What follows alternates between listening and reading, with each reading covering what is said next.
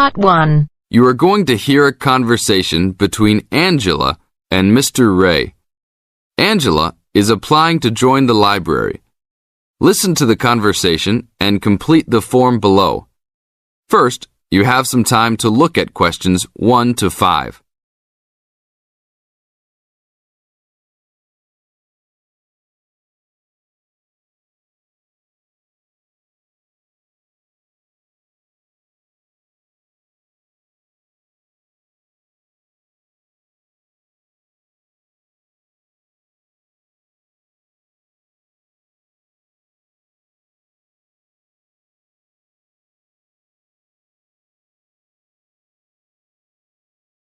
Now we shall begin. You should answer the questions as you listen, because you will never hear the recording a second time. Now listen carefully and answer questions 1 to 5. Hello, how can I join the library? Well, you need to make an application. Would you like to do it now? Yes, if I can. One moment and I'll get the form.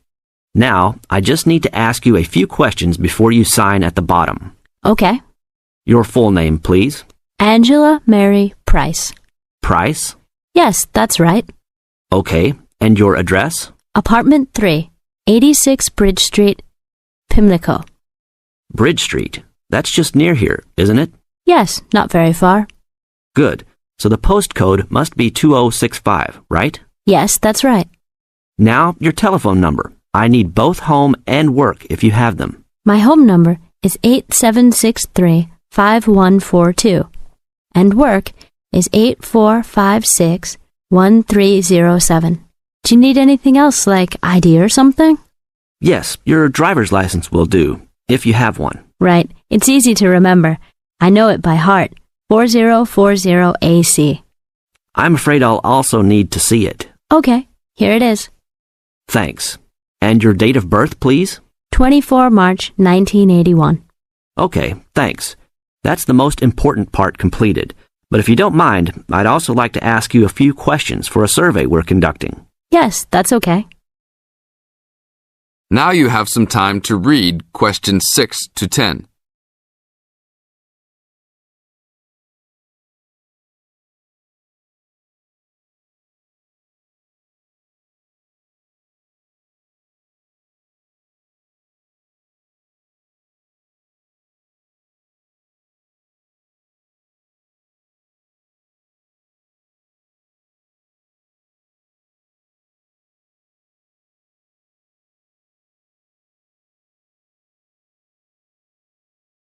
As the conversation continues, answer questions 6 to 10. What kind of books do you like to read? Here's a list to look at.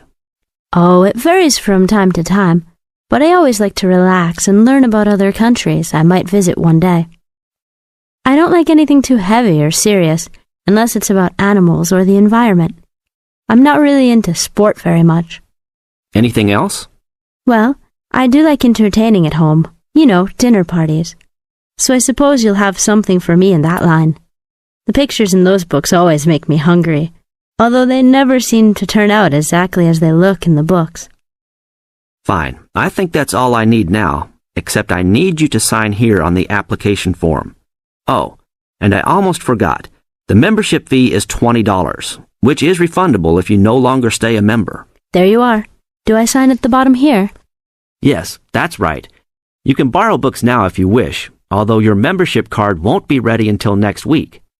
So if you want to borrow today, you can pick up your card when you return your first books. That's if you want to take some now. I think I will, but I'll have a look around first. Okay, take your time. That is the end of Part 1. You now have half a minute to check your answers.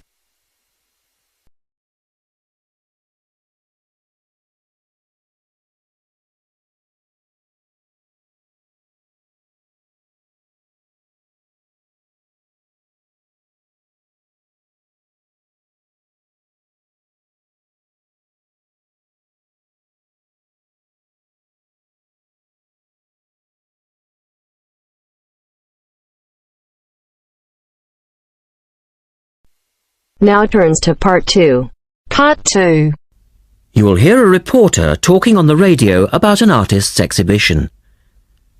Look at questions 11 to 18.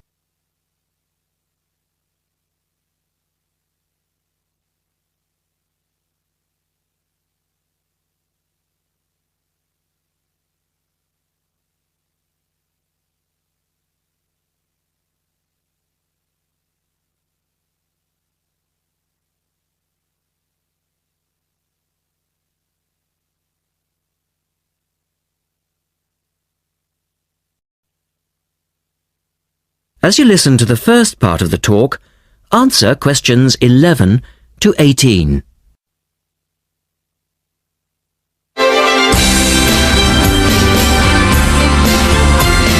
And now for some information on local events and activities.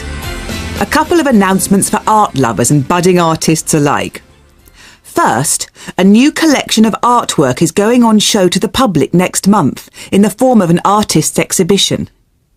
The exhibition will include many different types of art, over 100 different pieces by 58 artists from the local area. It's being held at the Royal Museum, which, for those of you who are unfamiliar with the area, is located opposite the library in West Street, right on the corner.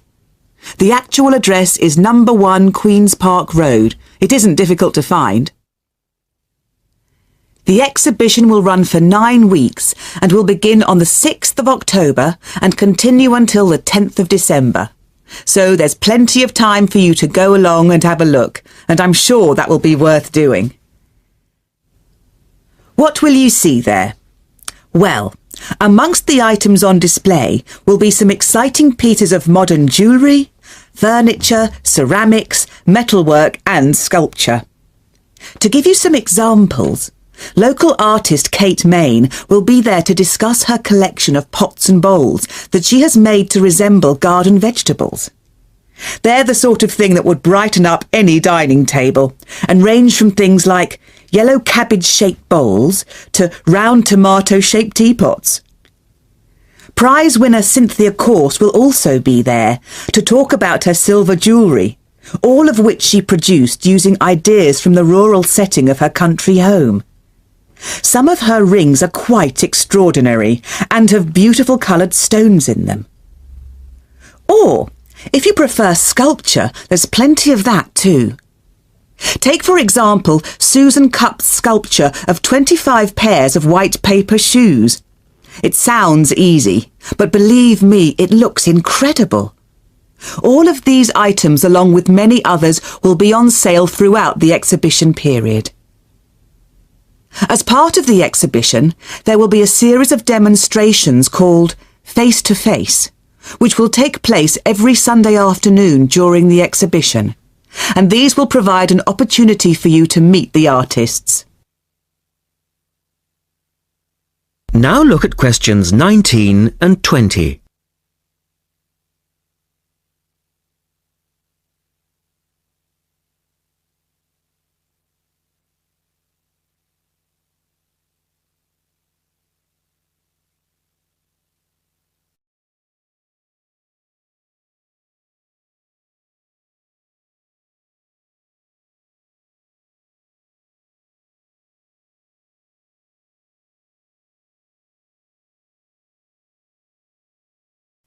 As the talk continues, answer questions 19 and 20.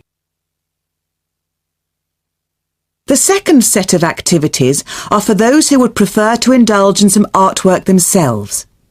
The Artists' Conservatory are holding a series of courses over the autumn period. The courses cover all media and include subjects such as Chinese brush painting, pencil drawing and silk painting. All the tutors are experienced artists. Course sizes are kept to a minimum of 15, and there will be plenty of individual assistance. All the sessions offer excellent value for money and the opportunity to relax in a delightful rural setting. Fees are very reasonable and include the use of an excellent studio and access to the art shop, which you will find sells everything from paper to CDs.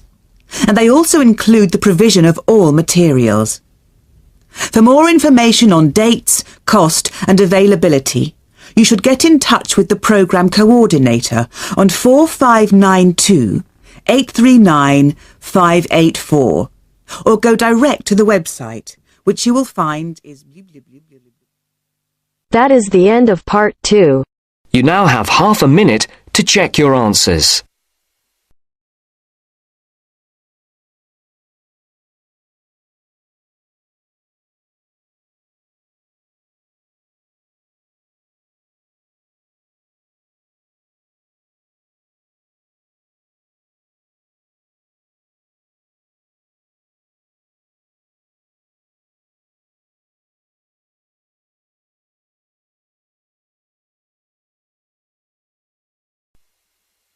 Now turns to part 3. Part 3. You will hear a parent discussing his son's school report with his tutor. First, you have some time to look at questions 21 to 26.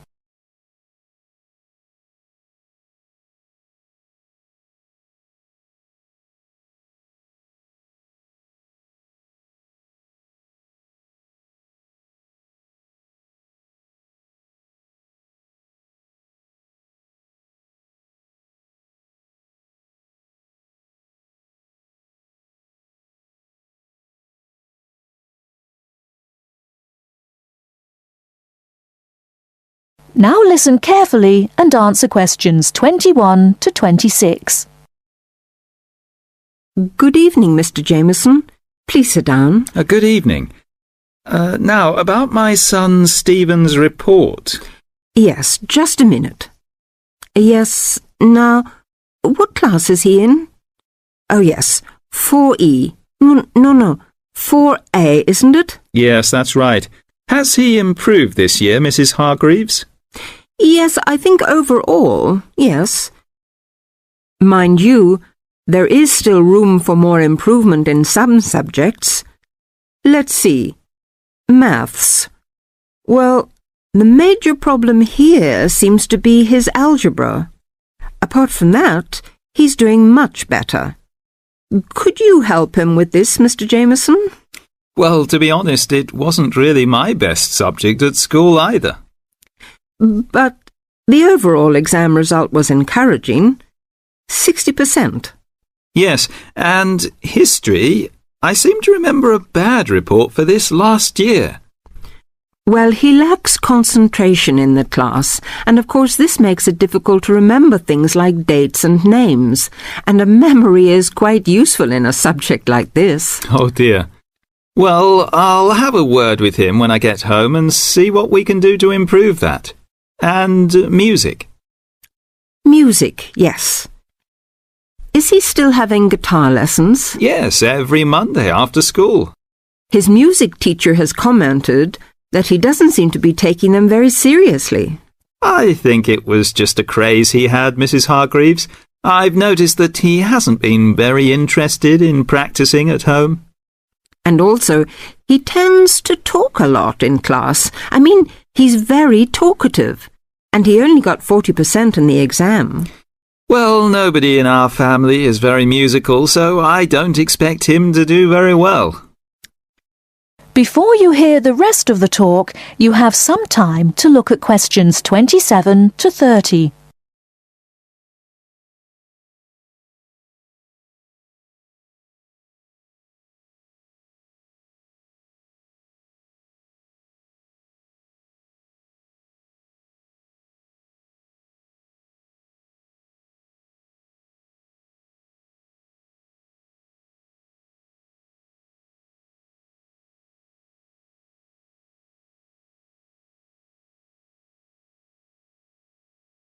Now listen and answer questions 27 to 30. Looking at his geography result, though, there has been considerable improvement, 64%. Yes, I remember him working at home a lot for some sort of project or something on... now, where was it? India, I think. No, on China. Yes. And it was an excellent piece of work. I saw it myself and was very impressed. And his art classes have also been going better this year. Yes, he became very interested in pop art after the school and went to the local art gallery to see the pictures there. His bedroom wall is covered with posters from the shop. Yes, and 58% is not bad for his exam result, considering how low it was last year. And now French. It seems that he has really taken to speaking a foreign language. We hoped he would, because it's important to know another language these days, isn't it? Yes, quite. That's why we paid for him to go to France last Easter, so he could practice more. Well, it seems to have done the trick. 80% is a very good mark. Now, Mrs. Hargreaves, I'd just like to ask you one more thing about... That is the end of part 3. You now have half a minute to check your answers.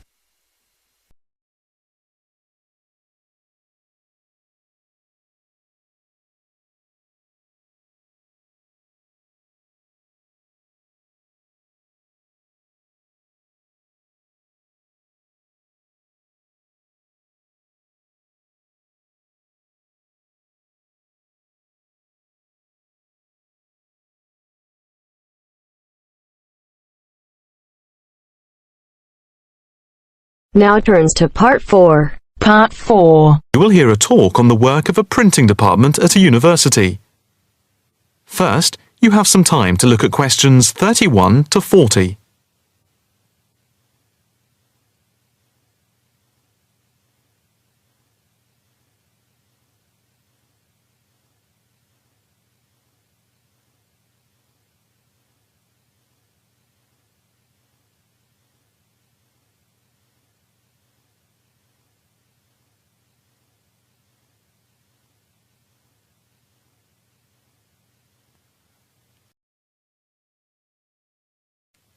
Now listen carefully and answer questions 31 to 40. I am here to give you a brief outline of the work of this new department. The Department of the Printed Word has a very short history, having been created just 10 years ago. Some statistics to start with. The first intake of undergraduate students consisted of 20 students, which rose to 37 in the second year.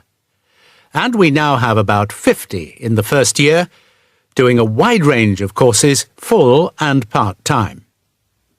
We have a thriving research department, with 17 students on the taught MA course and 7 students doing research full-time. In all, we have 9 full-time lecturers and 16 part-time lecturers who work mainly, but not exclusively, in our evening department. Of the total student body, approximately 21% are from outside the country, a number which has been increasing steadily over recent years. Although students from overseas have to reach a minimum level of competence in English before they follow a course at the university, some may require remedial help with their English, and we can offer help through the Student Support Services as part of the general assistance given to all students. For home students, both graduate and undergraduate, there are bursaries to help with travel and accommodation, for which I would advise you to contact Mrs. Riley at the end of this session. Increasingly, we are forging external links with organisations in the publishing world, and we have been very fortunate in that we have received money to sponsor not just various students within the department, but also technicians and lecturers. Each year we hold a series of lectures which are given by external speakers in the world of printing and the media. The series of workshops that you see around you have been built thanks to a very generous donation which has allowed us to develop our facilities for bookbinding and restoration. Now, the main work of the department relates to teaching the mechanism of printing. And as most printing is now so highly technological, all our students have to be computer literate. For those of you who are interested in taking a module in this department from another department, and who feel that you may not have the necessary computer skills, don't let the technology put you off. We have a number of specialist technicians who can support and deliver crash programs in the computing technology required. As long as you can switch on the computer, you are halfway there. We have what can only be called state-of-the-art facilities, especially for those wishing to move into the publishing world, working not just as printers, but also in editing, page design, layout, and bookbinding. With the extensive facilities we have for book restoration, some of our former students are now employed as expert book restorers and conservationists, skills which were once almost dying out. In the display, you will notice samples of work on book cover design, and as well as having all the necessary computer programs for dealing with printing, we have some old printing presses. Despite being largely a modern department, we do have an increasing interest in research into the history of the printed word, ranging from early European to Chinese and Japanese printing techniques. We have in fact some very well-known experts on early printing in Europe in the 15th and 16th centuries. If this area appeals to you, you can talk to Dr. Fred Clare afterwards. From China, we're lucky to have as a visiting lecturer Dr. Yu, who is an authority on early Chinese manuscripts and printing machines. If you are thinking about doing a module with us, or you are interested in doing research after you have finished your first degree, the person to talk to is Professor Clarkson, who will be able to give you all the details. For postgraduate research, you should really be thinking about applying now, even though we are only in December, as the department now attracts large numbers of people, and we always have many applications for each research position. That is the end of part 4. You now have half a minute to check your answers.